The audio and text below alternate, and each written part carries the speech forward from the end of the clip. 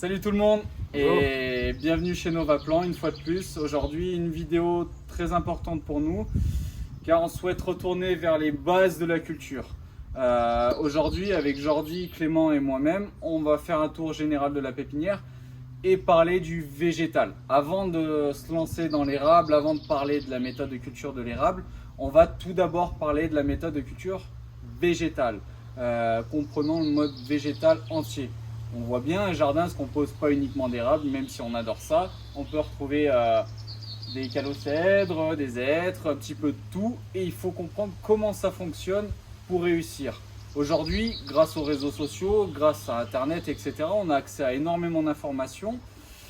Mais le problème, c'est qu'il est souvent important de filtrer ces informations. Donc l'idée, ça va être de faire un petit tour, on va dire, du b.a.-ba du végétal, de revoir un petit peu toutes les bases les plus importantes dans l'entretien de végétaux et aussi pouvoir comprendre comment le végétal se développe par lui-même dans son environnement. Très bien, c'est parti.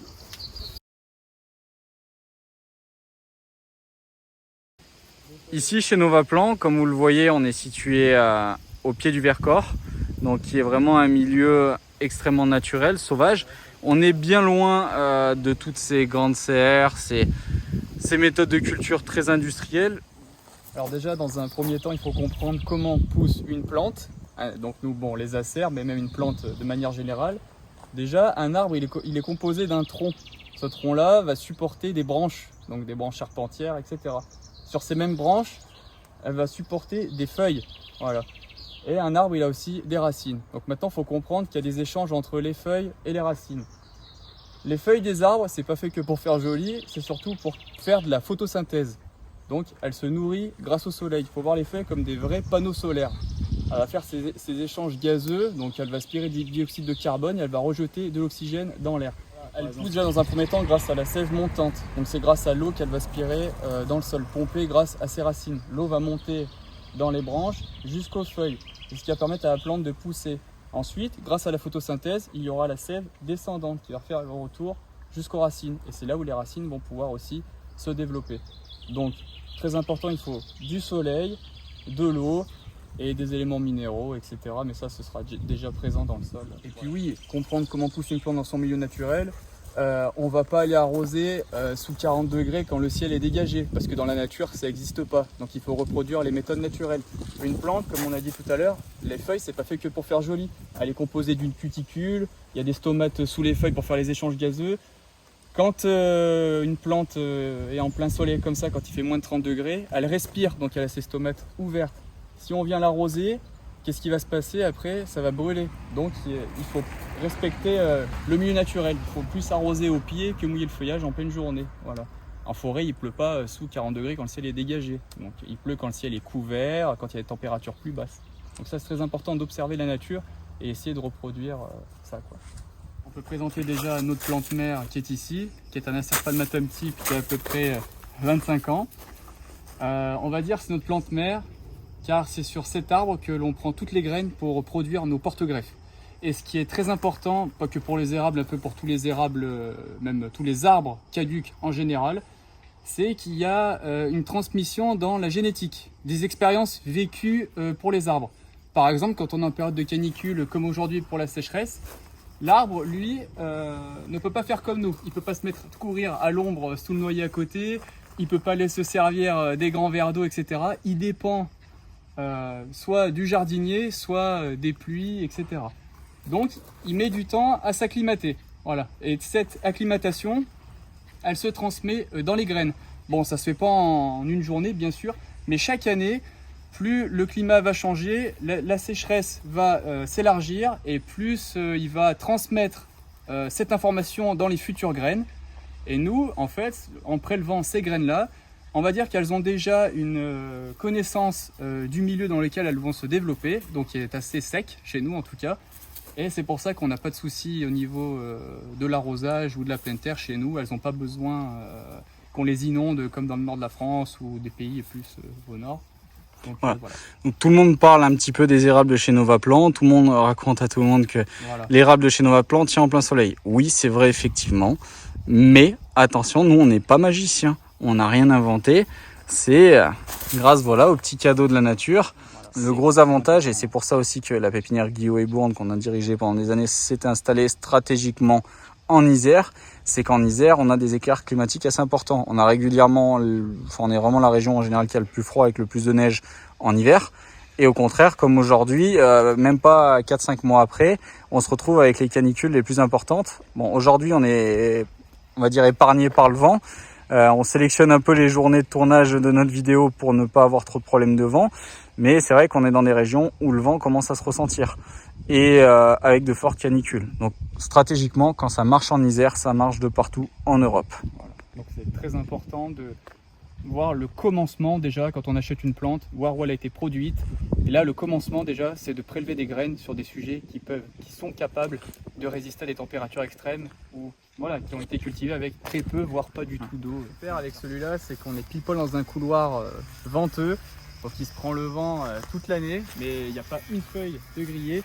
Et ce qui est génial, c'est que les graines justement qu'on va prélever cet automne, eh ben, elles ont déjà l'information qui a été transmise dans le noyau. Alors vous allez me dire, lui il est gros, c'est du palmatum type.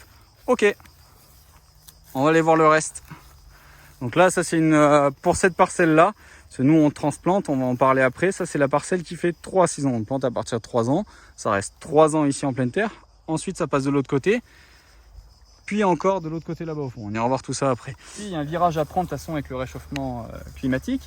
Et nous, le but c'est de, c'est à nous de prendre ce virage et de proposer des plantes de qualité qui résistent, on va dire, aux plus grandes canicules, sécheresses, vent, etc. Donc c'est à nous de travailler là-dessus pour que vous puissiez vous faire plaisir. Donc le goutte à goutte c'est pareil, on peut très bien dire oui mais les plantes elles sont sous goutte à goutte, c'est facile, il y a du soleil, de l'eau, etc. Ça pousse. Non, c'est pas comme ça que ça marche. C'est un vrai métier. Nous la culture elle se fait sur 3 voire 4 ans suivant les années. Le goutte à goutte, certes la première année il y a un petit peu plus d'eau. Plus les saisons vont passer, et puis déjà on s'adapte par rapport aussi à l'environnement. Si on a une saison qui est très pluvieuse, certes on n'arrose pas artificiellement. Déjà on n'arrose qu'avec de l'eau de pluie. Plus les années vont passer, plus on va espacer les arrosages et comment dire, elles vont recevoir de moins en moins d'eau les années qui vont suivre. Donc cette plante-là, au bout de la 3e année, va pratiquement recevoir aucune goutte d'eau artificiellement, tout cas fait par nos soins. Elle aura que de l'eau de pluie qui a été fait dans la saison.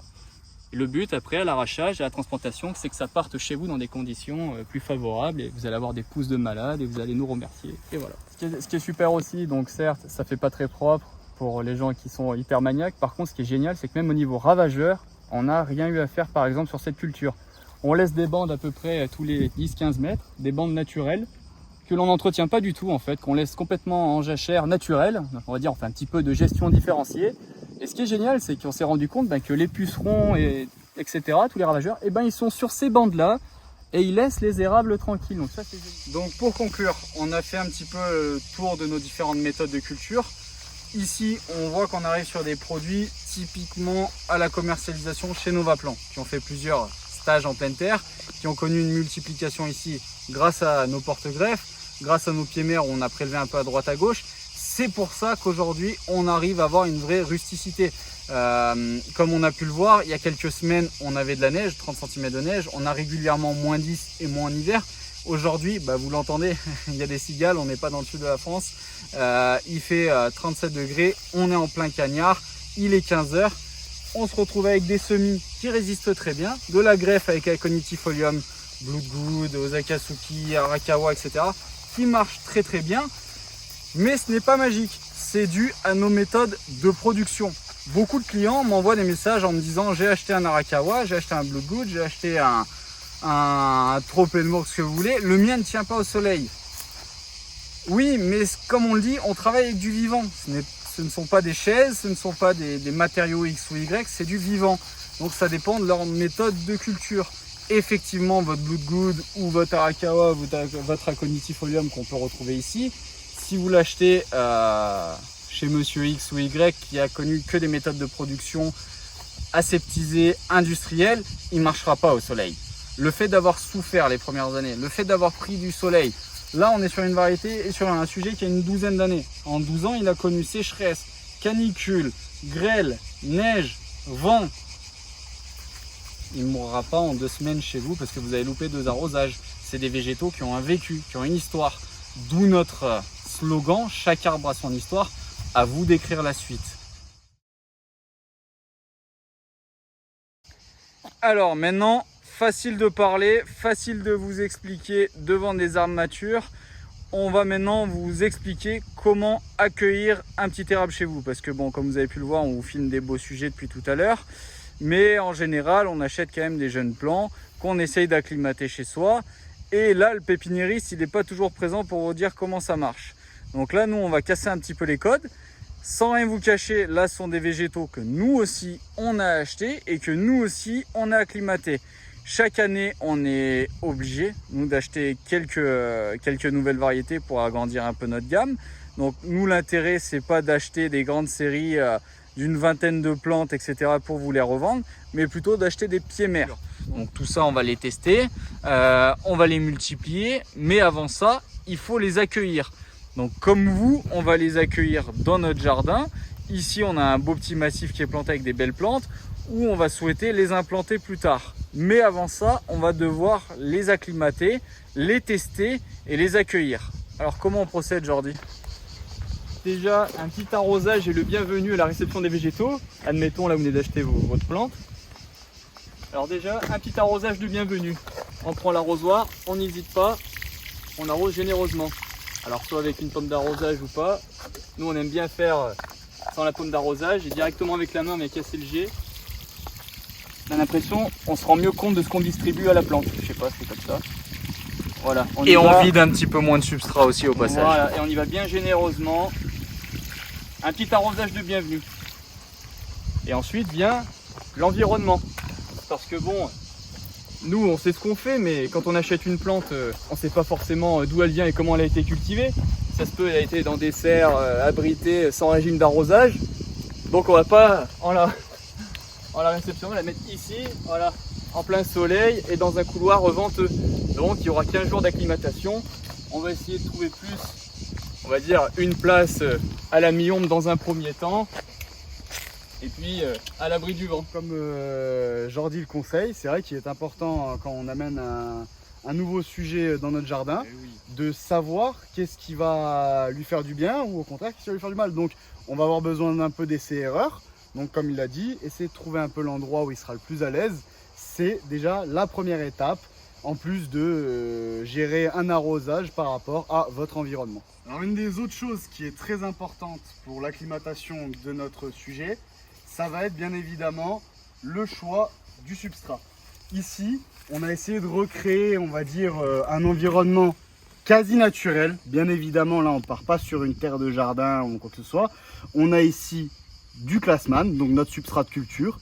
Tout en bas, on a essayé de faire une petite strate de drainage qui servira à éliminer le surexcès d'eau. Ici, c'est entièrement de la pomice qu'on retrouve aussi dans le mélange ici avec le Classman qui permet du coup d'aérer un petit peu tout ça. Et au-dessus, on a juste fait un simple paillage assez fin, histoire de récupérer le frais. Donc l'intérêt de tout ça, qu'est-ce que c'est? C'est d'avoir un sol fibreux, aéré, dans lequel les molécules d'eau et de fertilisants, enfin de nutriments, tout ce qui est amené par le vivant dans le sol, soit facilement déplacé et récupérable par nos racines. Parce que, comme l'expliquait Jordi tout à l'heure, notre sujet, n'importe quelle plante, va se nourrir principalement par ses racines et ses feuilles. Donc, l'un comme l'autre est important. La qualité de son environnement, que ce soit le sol ou son environnement, que ce soit l'air, donc l'hygrométrie, le vent, le soleil, tout ça, rentre en question dans son bon développement. Et pour avoir un bon développement, on a besoin d'avoir une surface meuble dans laquelle les racines vont facilement s'implanter, dans laquelle elles vont pouvoir courir facilement à travers et encore une fois, du drainage pour ne pas avoir d'eau qui stagne et éviter tout ce qui est moisissure, attaque de fongiques au niveau des racines, ce qui va amener un dépérissement accéléré de votre sujet. Ici, on a un terreau qui est déjà en partie humidifié. Sur un sol complètement sec, on pourrait voir ici la terre s'imbiber petit à petit, graduellement, jusqu'au fond du bac, ce qui nous montre que l'arrosage est aussi important par sa fréquence et sa quantité, car il est important que tout soit humide et pas seulement la surface. Non, en gros, on va pas polémiquer sur le terreau. Nous, on travaille avec le Classman et pas avec des terreaux sable de jardinerie. On plonge la main dedans, le terreau il vous passe à travers. Nous, ce qui est super, voilà, juste en test, voilà, avant que Clément arrose le test, voilà. On voit bien que c'est hyper aéré grâce à la fibre et la structure, la tourbe qu'il y a dans le terreau. Ce côté un peu rebondi, un peu oxygéné, Ah ouais, c'est c'est primordial. même quand on tasse un peu comme ça, eh ben, tout de suite, c'est hyper fibreux, hyper léger. Alors, la question qu'on a abordée tout à l'heure, c'est l'arrosage, bien entendu. Ici, ça va nous permettre de se rendre compte à peu près de la pénétration de l'eau dans le sol. Ce qu'il faut se dire, c'est que beaucoup de nos clients vont avoir tendance à nous dire « Oui, moi je vais arroser tant de litres tous les tant de jours ». Alors la vérité, c'est qu'il n'y a pas de règle générale. Il n'y en a pas du tout, pour la simple raison qu'on n'a pas du tout le même environnement, que ce soit moi ou quelqu'un qui vit dans le nord de la France. On n'a pas les mêmes fréquences de pluie, on n'a pas la même hygrométrie, on n'a pas la même nature du sol. Nous, ici, on va avoir des sols très rocheux, on va avoir beaucoup de drainage, on va avoir un sol qui est plus sec qu'argileux, donc c'est vrai qu'on va avoir besoin de faire des arrosages assez fréquemment, en pleine terre, comme en pot, parce que comme je le disais, le Classman draine beaucoup, donc lui aussi a besoin d'être tout de même arrosé relativement souvent. Donc maintenant, on va arriver sur la question de la quantité. La quantité d'eau, elle est extrêmement importante. Nous, on a beaucoup de retours de personnes qui vont nous dire « Hier, il a plu, j'arrose pas aujourd'hui ». La vérité, c'est qu'un arrosage conséquent, c'est à partir d'un certain nombre de litres. Un arrosage fait par la pluie, il faut une vraie pluie battante pour avoir une vraie pénétration dans le sol. On va essayer de le montrer ici. Je vais avec le pommeau essayer de faire un simple petit filet d'eau et vous allez voir que là-dedans, il y a très peu de choses qui vont venir passer à travers. Je vais essayer de le mettre sur le bord pour que vous voyez voir. Ici, voilà, on va dire, on a symbolisé une petite pluie. Voilà, ici on a symbolisé une petite pluie. La chance qu'on a, c'est qu'on a un petit terreau qui draine très très bien. Donc, comme vous pouvez le voir, l'eau s'infiltre très vite dans la terre. Le drainage apporté par la pomice aide à ça. Donc on va avoir quelque chose qui va arriver rapidement dans les strates inférieures. Mais ici, on a simplement quelques centimètres qui sont mouillés sur un seul bord. Alors que maintenant, si on vient faire un arrosage plus important, bien entendu, ça peut paraître impressionnant, mais la vérité, c'est que il en faut tout de même de l'eau. On peut voir doucement le bac se remplir et l'eau descendre, pénétrer tout doucement à travers les strates. Et comme ça, on va venir arroser entièrement le substrat. L'intérêt, c'est quoi? C'est d'une, que nos plantes ne meurent pas de soif, c'est évident. Et deuxièmement, c'est de donner un environnement positif à toute la vie qu'il y a dans ce sol. Parce que votre sol est vivant, il y a des millions de micro-organismes qui permettent à pérenniser votre sujet. Et ces micro-organismes ne vivent pas, comme nous, sans eau.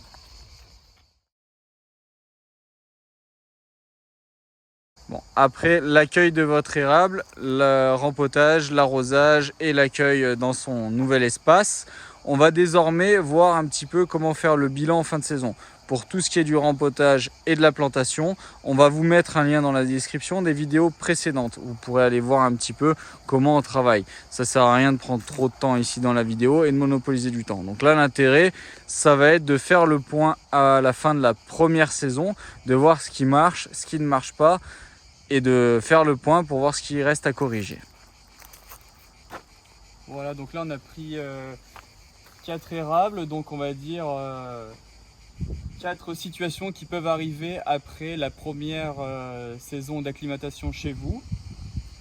Donc là par exemple on a plusieurs situations. On a des érables qui ont eu beaucoup trop d'eau les 3 premiers mois, d'autres au contraire qui n'en ont eu pas assez, d'autres au contraire qui se plaisent vraiment très bien, et d'autres qui ont un petit peu souffert au début mais qui se refont bien la cerise à cette saison. Voilà.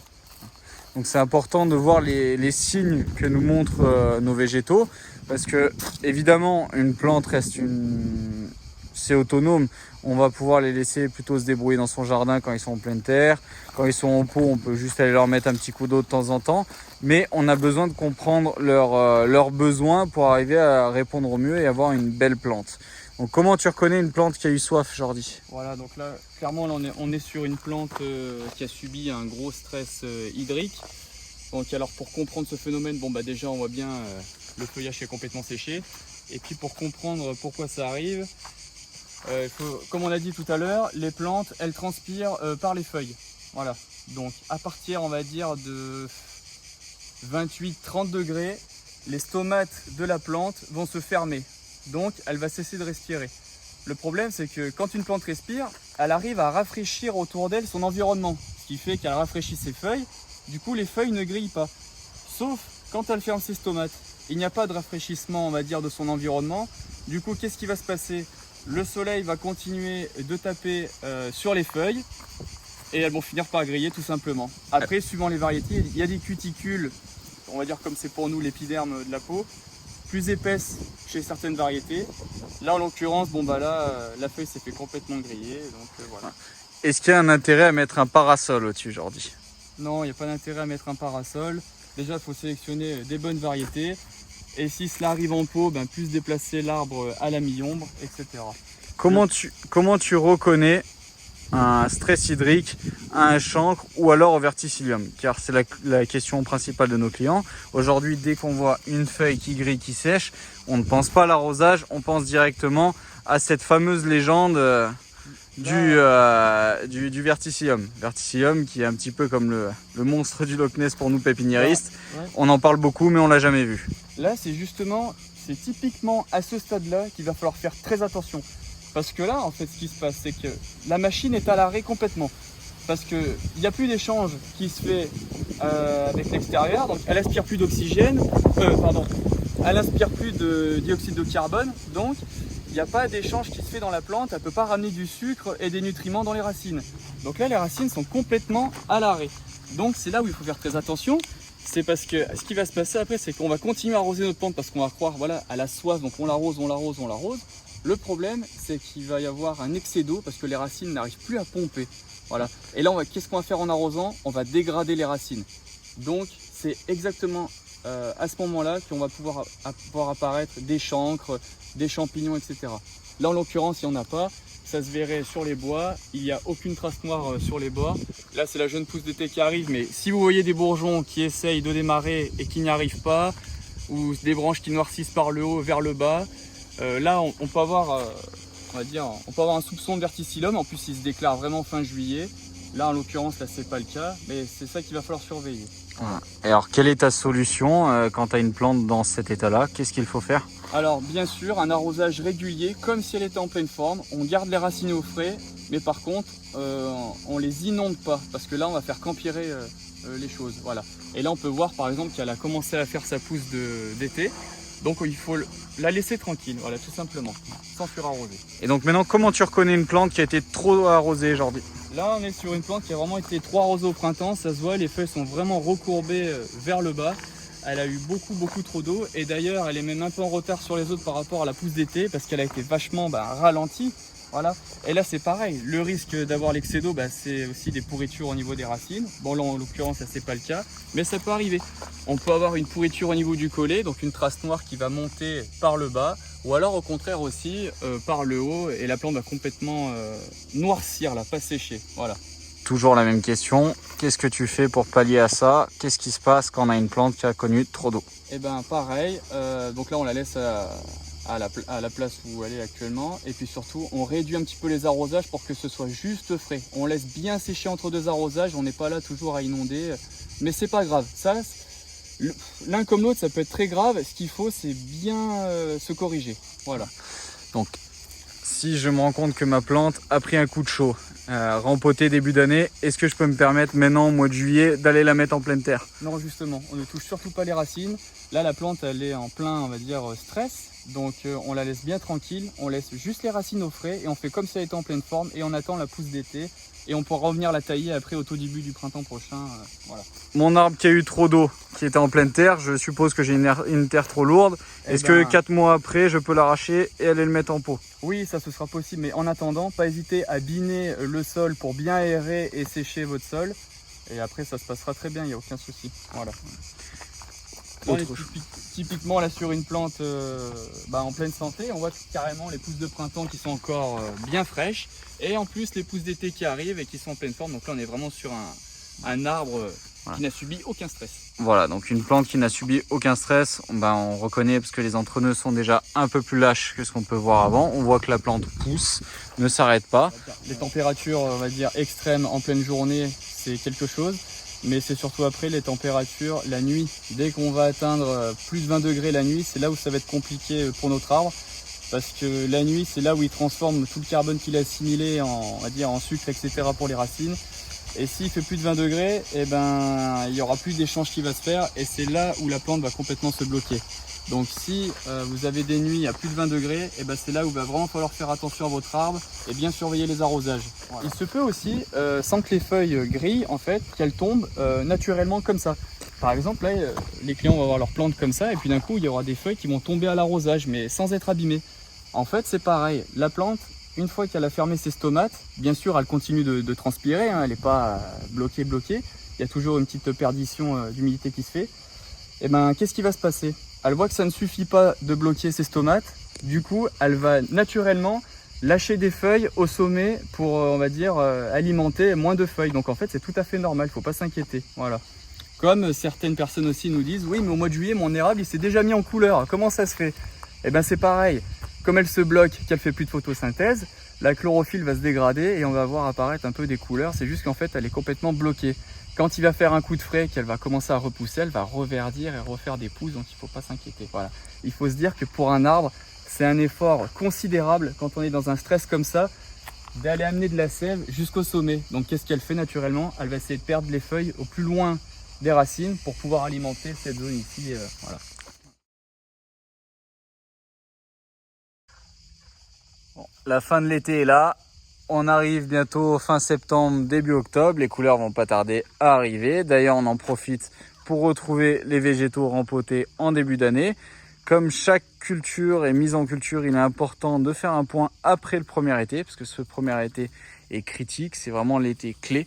Si vous arrivez à passer ce premier été en tant que novice et débutant dans l'érable, vous arrivez à faire fonctionner votre système de rempotage et arriver à avoir un rythme d'arrosage suffisamment intéressant pendant l'été, et ben c'est là où les végétaux vont commencer à vous remercier. L'automne va arriver, vous allez pouvoir profiter des belles couleurs automnales, ce qui est aussi l'intérêt de l'érable, et pouvoir continuer à avoir de belles croissances.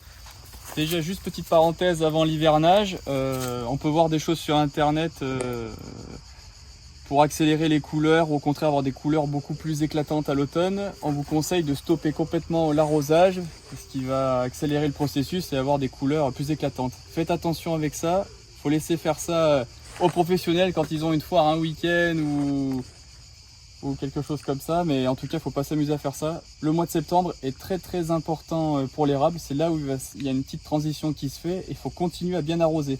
Donc faites attention à ce que vous lisez sur internet, continuez à bien vous occuper de votre érable. Ensuite vous allez profiter de belles couleurs automnales, les feuilles vont tomber, le spectacle sera fini au bout de 15 jours, 3 semaines, 1 mois, et c'est là où on va commencer à rentrer dans l'hivernage. Pour que notre arbre puisse faire une dormance des plus confortables, donc il y a 2-3 règles à respecter. S'il est en pot, alors si on a un hiver qui est très humide avec beaucoup de pluie, il va falloir peut-être le mettre à l'abri sous un porche ou contre un mur, ou le protéger un peu des pluies hivernales, car ce qui va se passer quand notre arbre est en dormance et qu'il y a beaucoup d'humidité au niveau des racines, c'est qu'il peut avoir justement une pourriture au niveau des racines, et ce qui va amener après au printemps des champignons qui vont se développer au collet ou alors sur la partie haute de notre arbre. Donc si ça pleut trop en hiver, on le met un peu à l'abri. Et au contraire, si on a un hiver assez sec, de temps en temps, il faut passer, même en hiver, quand notre arbre n'a pas de feuilles, il faut passer, il faut checker le terreau. Si c'est trop sec, un petit arrosage est le bienvenu. Si c'est frais comme là aujourd'hui, eh ben on le touche pas, on le laisse tranquille jusqu'au printemps d'après. Voilà. Donc c'est important toujours d'aller surveiller vos végétaux, d'aller faire un petit tour. S'il peut y avoir un petit stress qui se met en place sans que forcément on s'en rende compte directement. Et on aura des conséquences sur la saison d'après. Donc si par exemple au mois d'octobre, novembre, vous avez un stress hydrique, parce qu'il arrive fréquemment d'avoir des automnes assez chauds et assez secs, on se retrouve souvent avec 20 degrés et plus au mois d'octobre. La plante est en léger stress, même si elle a perdu ses feuilles, on s'en rend pas compte.